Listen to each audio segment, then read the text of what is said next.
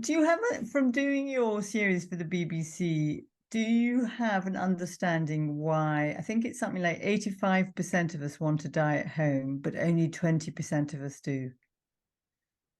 Yes, I know. It's very strange, isn't it? I mean, A big gap.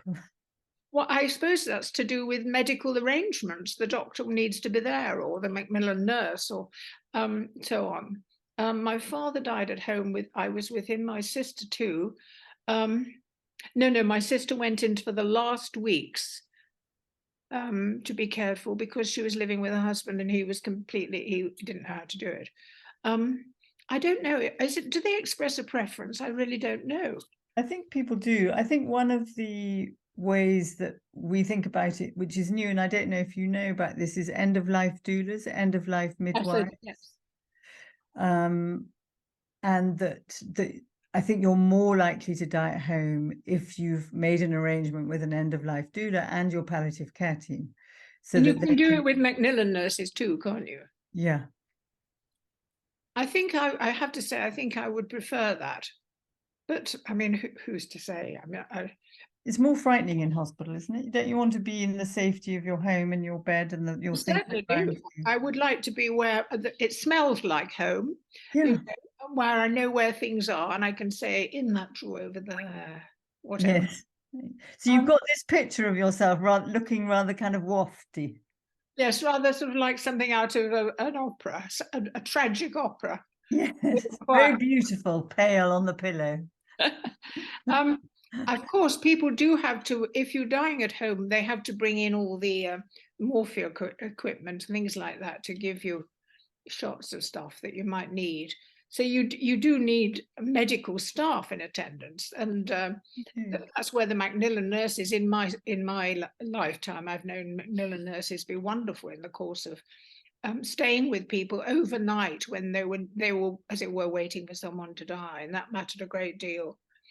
And they do offer a service. I'm not sure how available it is at all. I'm not familiar with that kind of thing, but I think your own home gives you a sense of where you're rooted, literally, and it's in a sense where it's the right place for you to depart. Well, in your brain, you have, from evolutionary reasons, you have a part of the brain that is home, that is place, and that it is connected to place through your senses, sight, sound, touch, and smell, so that if you walk into, say, your parents' house, it throws you back in time faster than you can think. You can be the 5-year-old who's given a chocolate cupcake as well as the 50-year-old. And so in the same way, if you want a peaceful sense of safety death, it would be being in your own home where you can smell, hear, feel that safety, where you feel calm. Because I think what we all most fear about death is fear itself. And of course, fear increases pain in death. And I talked to a palliative care consultant when I wrote a chapter about dying in my book, and she said people tend to die how they've lived.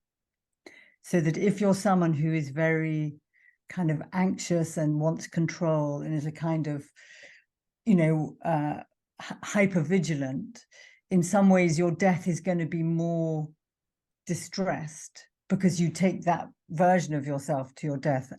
Whereas if you're someone who seems to me like you, more pragmatic, prepares, calm, kind of feels and is thinking, then you're more likely to be at peace. Does that I think there's an element which I would recognize in myself, that I would get anxious. First of all, I would try to organize everybody else who would presumably by that stage wishing I would just shut up and let them look after me. As it were, what I'm talking about is loss, losing control. Yes. I think I would find that distressing, just submitting. Although there is a sense in which there is a peace waiting, isn't there? A peace waiting for the mind to just accept. I think I have to learn that. Yeah. Suspend, yes. To let God and let go, as they say.